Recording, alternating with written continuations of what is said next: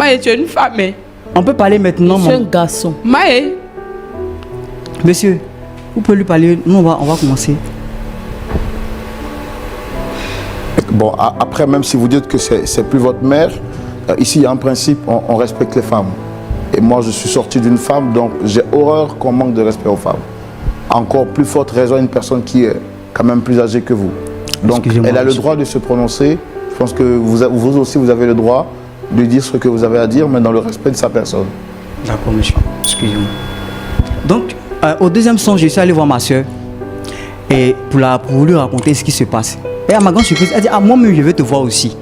Que ces 2 temps-là, après mes prières dans les songes là. Vous êtes allé dire quoi à votre soeur exactement? Les songes que je suis allé lui expliquer, les songes que j'ai reçus en fait. C'était que j'ai eu. Que ma maman me poursuivait dans mes songes. Elle me poursuivait à chaque fois que je rêvais. Vous voyez votre mère vous poursuivre? Oui. À chaque fois que vous faisiez des rêves? Oui. Mais qu'est-ce qui prouve que c'était elle? Parce que je voyais son visage. À 2 reprises. Ok. Donc la première fois, je me suis dit peut-être c'est de l'imagination. Mais jusqu'à la deuxième fois, donc je viens parler à ma soeur, puisque avec elle et moi, on ne se cache rien. Donc je viens, elle dit, moi, mais je veux te voir. Que voici ce que aussi je vois dans mes rêves quand je dors. Il dit, ok, d'accord. Que quand je dors, je vois maman en train de coucher avec moi. Il y a eu à faire un songe. J'ai eu à faire un songe. Et dans le songe, pendant que je dormais, ma maman venait coucher avec moi. Et quand je me suis réveillée, j'avais mal au bas-ventre. C'était tellement réel. C'était trop réel. Raison pour laquelle je dis que ma maman c'est une sorcière. Maë. Parce que c'est pas la première fois. Maë. C'est pas la première fois. Quand vous allez à l'église successifs. Voilà. Quand vous allez à l'église, c'est ce que je vous dis. Moi aussi là, je connais Jésus. Tu connais Jésus? Quand vous allez à l'église, c'est le même Jésus là. On prend le visage de d'autres personnes aussi pour gâter quelque chose. Mais c'est ton visage. Donc quand le prophète vient vous dire quelque chose là, c'est ton visage. Demandez bien au prophète là. Ça va bien? Oui. Très bien. Ça va. Alors, je suis Roland Sambo, vous avez Pasteur Tchoumou qui est là. Et en face de moi, vous avez une dame. Je le demande à tous ceux qui viennent sur ce plateau, sous invitation, est-ce que vous la reconnaissez? Effectivement, on la reconnaît. Madame, vous la reconnaissez? Oui, je la reconnais. Quelle est qui pour vous? C'est ma maman. Monsieur, vous pareillement? Oui, c'est ma maman aussi. Et quels sont les rapports, quels sont les liens entre vous et elle? Bon, actuellement, je ne vais pas dire qu'il y a un lien parce que les liens n'existent plus. C'est avant que c'était ma mère, maintenant ce n'est plus ma mère. C'est avant que c'était votre mère? Oui. Maintenant ce n'est plus votre mère? Oui. C'est vous qui avez décrété cela ou c'est... Vous choisissez qui doit être votre mère, quand et où? Ou qu'est-ce qu'il y a exactement? En fait, j'ai constaté que ma maman est une sorcière. Raison pour laquelle j'ai coupé les liens avec elle. Donc en tant qu'enfant, vous avez le droit de rompre les liens avec votre mère? Si elle est sorcière, bien sûr. Madame, c'est pareil pour vous? Oui, bien sûr.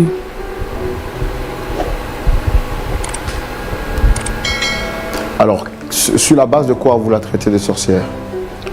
Est-ce que vous avez des preuves tangibles? Oui. Comme ça, nous, on était très petits quand notre papa est décédé. Donc, on n'a pas véritablement connu notre papa. Donc, c'est elle qui nous a élevés, c'est elle qui a pris soin de nous, elle nous a envoyés à l'école, on a eu nos diplômes et tout. Et aussi, notons qu'après la mort de papa, on était plus rattachés à eux, c'est-à-dire la famille paternelle, la famille de notre papa. Voilà. Et c'est dans cette difficulté-là qu'avec le soutien de notre oncle, on s'est attaché au Seigneur parce que c'était la seule solution. La seule solution, c'était de s'attacher au Seigneur, d'avoir une vie de prière. Est-ce que vous comprenez? Donc c'est au fur et à mesure dans cette prière, il faut noter que quand on était chez maman, rien n'allait. Rien du tout. On ne mangeait pas, on ne faisait rien, même nos diplômes, on n'arrivait pas à avoir du travail. Quand on va déposer, comment on appelle ça même, nos CV, on nous dit on est bon, mais on ne nous prend pas. Donc c'était compliqué. Tu mangeais pas? Je mangeais et puis quoi? Tu mangeais pas? Je mangeais et puis quoi? Tu peux me laisser m'expliquer s'il te plaît? Ok. Donc c'est comme ça, on s'est attaché vraiment au Seigneur.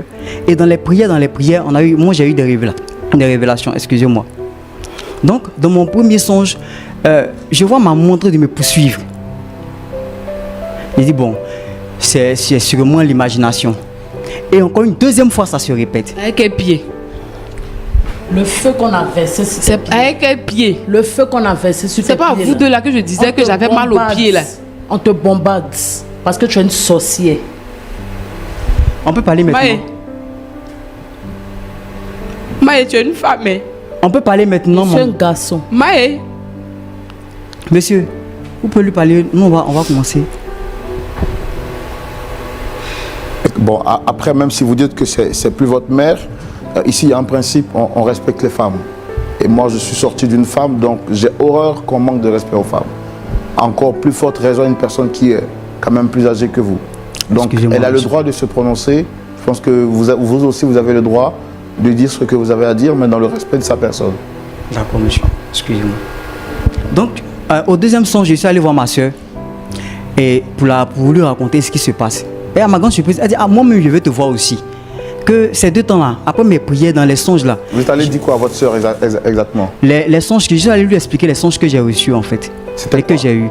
Que ma maman me poursuivait dans mes songes. Elle me poursuivait à chaque fois que je rêvais. Vous voyez votre mère vous poursuivre oui. À chaque fois que vous faisiez des rêves? Oui. Mais qu'est-ce qui prouve que c'était elle? Parce que je voyais son visage. À 2 reprises. Ok. Donc la première fois, je me suis dit peut-être c'est de l'imagination. Mais jusqu'à la deuxième fois, donc je viens en parler à ma soeur, puisque avec elle et moi, on ne se cache rien.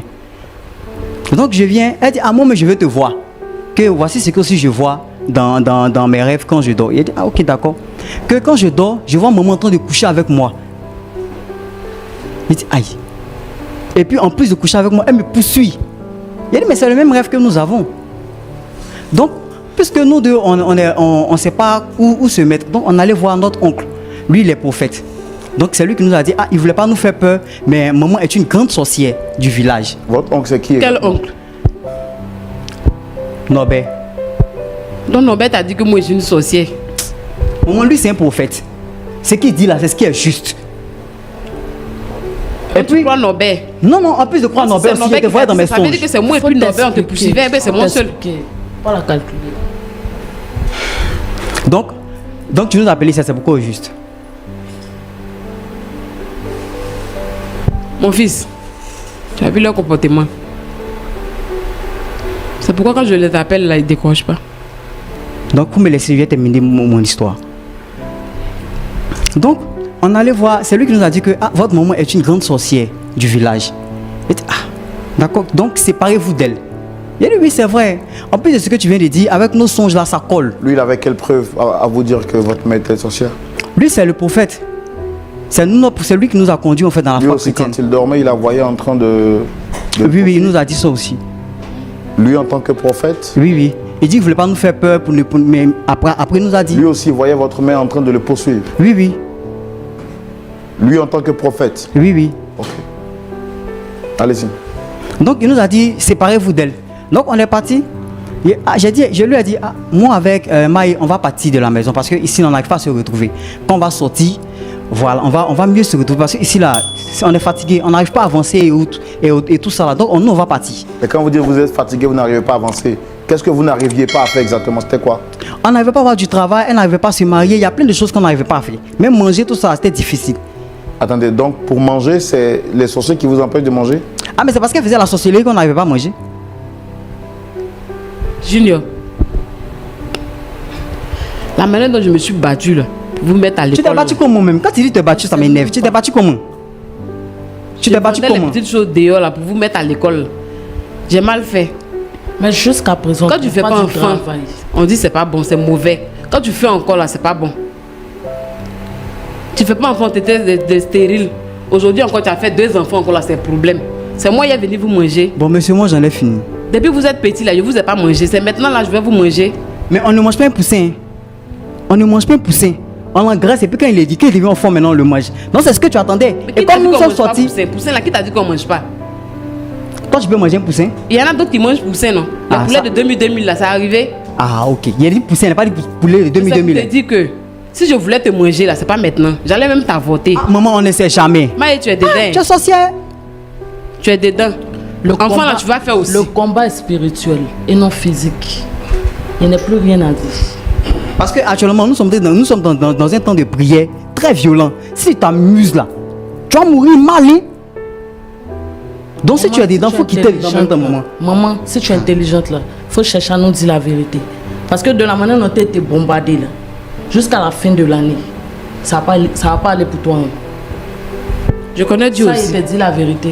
Je connais Dieu aussi. Dieu, puis tu nous fatigues. Si je ne connaissais pas Dieu là, vous n'allez pas être là. Je connais Dieu aussi. Tu connais Dieu. C'est parce que je prie pour vous là que vous êtes là aujourd'hui. Ah bon? Non, c'est que c'est faux. Je connais Dieu. C'est que c'est faux. La dernière fois quand... Dites à votre oncle là de bien prier.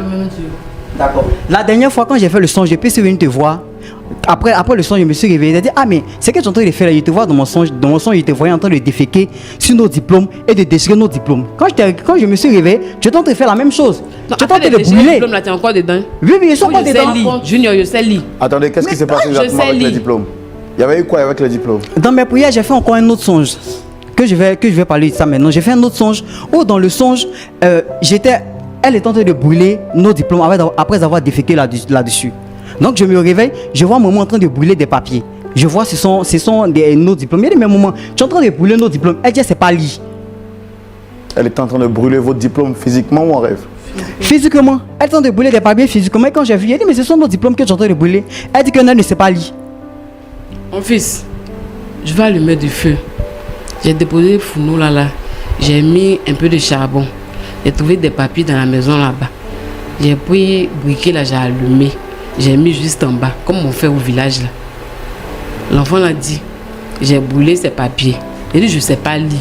Mais quand tu ne sais pas lire, on te demande. Tu sais pas lire, tu demandes. C'est le problème qu'elle a. Donc Junior a gardé ça dans son cœur jusqu'à aujourd'hui. D'accord. Alors, vous m'avez dit que vous êtes orphelin. Elle nous a dit que vous étiez orphelin.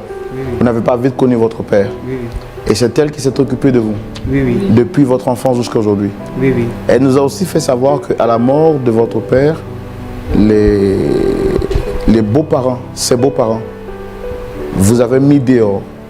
Et que c'est elle qui s'est débrouillée pour vous trouver un toit, vous protéger pour qu'aujourd'hui, vous deveniez ces personnes matures que vous êtes. Et vous nous dites que votre oncle qui vous a amené à Jésus est du côté de votre père.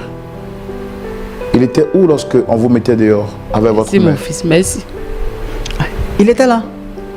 N'était-il pas prophète en ce moment-là pour s'occuper de vous? Là, j'ai pas trop d'informations dessus. On n'a pas de réponse à ça. Alors, vous dites que vous êtes chrétien, c'est ça? Oui. Vous pensez que le diable a plus de pouvoir qu'un enfant de Dieu? Non, on ne croit pas à ça. C'est pas possible. N'est-ce pas que la Bible dit honore ton père et ta mère, afin que tes jours se prolongent? Ça au moins, votre prophète vous a-t-il déjà dit ça? Oui, bien sûr. Alors, est-ce que Dieu a dit honore ton père parce qu'il est pasteur ou honore-le simplement, peu importe le genre de personne qu'il soit? Tu peux honorer ta maman. Si elle est sorcière, là, moi je suis désolé. Je peux honorer ma maman si elle est sorcière. Je suis désolé. Parce qu'elle me ferme les portes. Alors, vous avez quelle preuve pour dire que cette femme qui a tout fait pour vous ne veut pas de votre bien? Je vous explique, monsieur. Mon frère a déjà tout dit. Il y a eu à faire un songe. J'ai eu à faire un songe. Et dans le songe, pendant que je dormais, ma maman venait coucher avec moi. Et quand je me suis réveillée, il y avait mal au bas-ventre. C'était tellement réel. C'était trop réel. Raison pour laquelle je dis que ma maman c'est une sorcière. Parce que c'est pas la première fois. C'est pas la première fois. Quand vous allez à l'église successive. Voilà. Quand vous allez à l'église, c'est ce que je vous dis. Moi aussi là, je connais Jésus. Tu connais Jésus? Quand vous allez à l'église, c'est le même Jésus là. On prend le visage de d'autres personnes aussi pour gâter quelque chose. Mais c'est ton visage. Donc quand le prophète vient vous dire quelque chose là, c'est ton visage. Demandez bien au prophète là. Qu'est-ce que toi tu veux nous prouver? Priez bien que Dieu vous montre quelque chose de réel. Bon d'accord. Moi j'ai prié, j'ai vu ton visage. Elle aussi elle a prié, elle a vu ton visage. Donc toi ton visage fait quoi dans le rêve? Mais toi tu fais quoi dans nos rêves? Faut nous expliquer maintenant. Qu'est-ce que tu vas chercher dans nos rêves? Demande à Nobel. Mais toi tu es là non, tu peux nous répondre. Demandez à Nobel. C'est Nobel qui nous fait songer. Quand je souffrais avec vous, il n'était pas là. Aujourd'hui là, c'est lui qui va vous dire que moi je suis une sorcière. C'est lui qui a fait qu'aujourd'hui. Donc tu es venu nous raconter ce genre de choses là. C'est pour ça. On te dit que tu es sorcière, il faut quitter dedans. C'est tout ce que l'on te demande, sinon tu vas mourir. C'est tout ce que l'on te demande. Junior.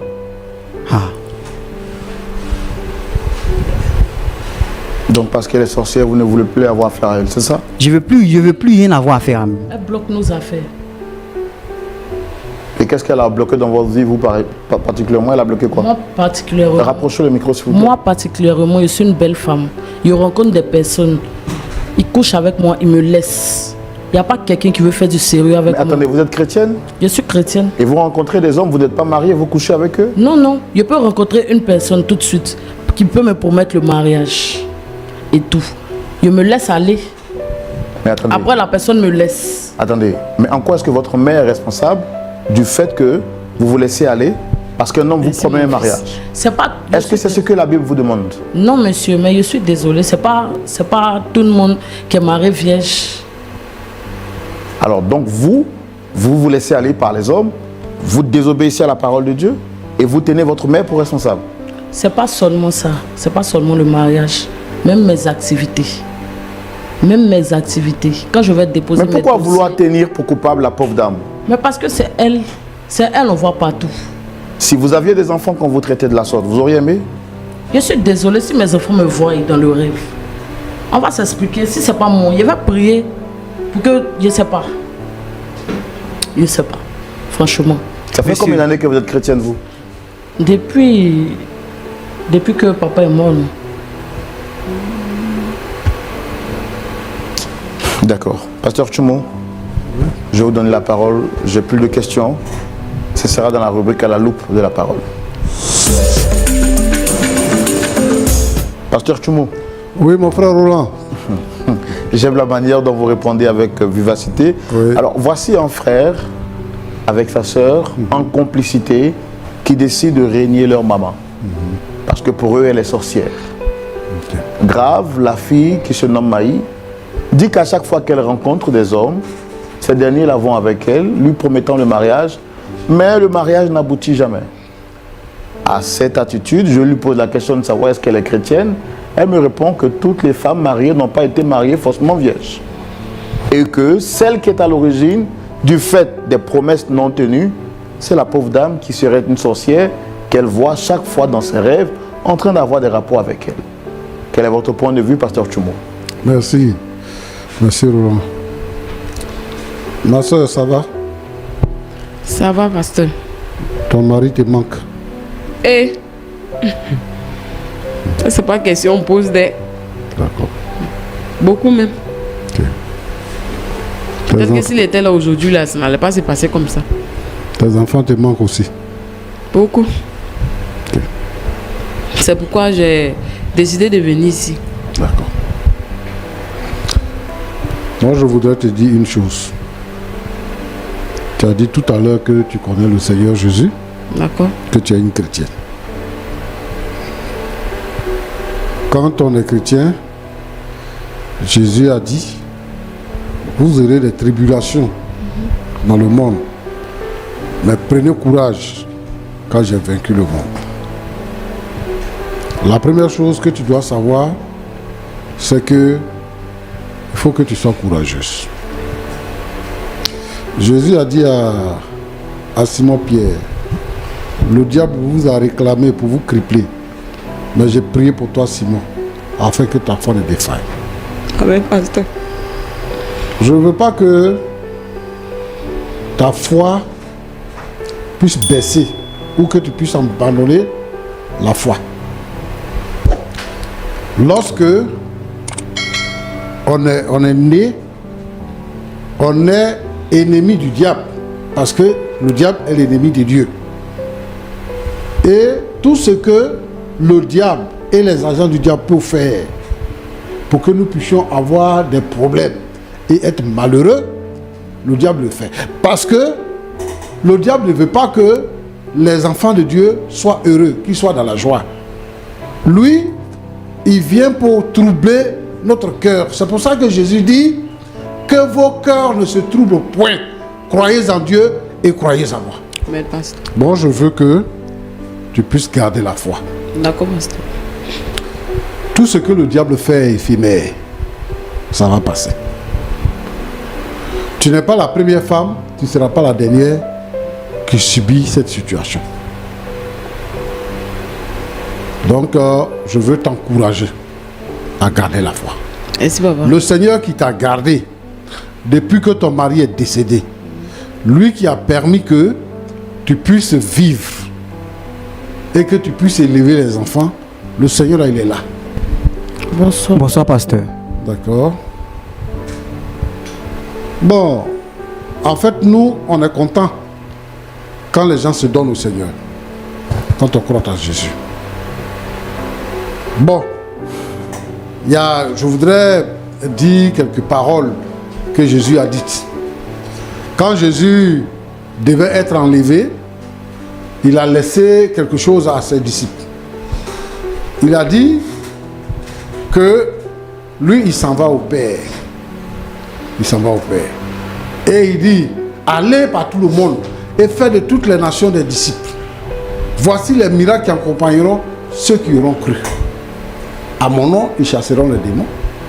À mon nom, ils parleront de nouvelles langues. Et il dit, vous imposerez les mains aux malades et les malades seront guéris. S'il arrive que vous buvez quelques breuvages mortels, cela ne vous fera aucun mal. Vous saisirez des serpents. Jésus dit, tout pouvoir m'a été donné dans le ciel et sur la terre. Il n'a pas dit une portion de pouvoir, il n'a pas dit la moitié du pouvoir. Il dit, tout pouvoir m'a été donné dans le ciel.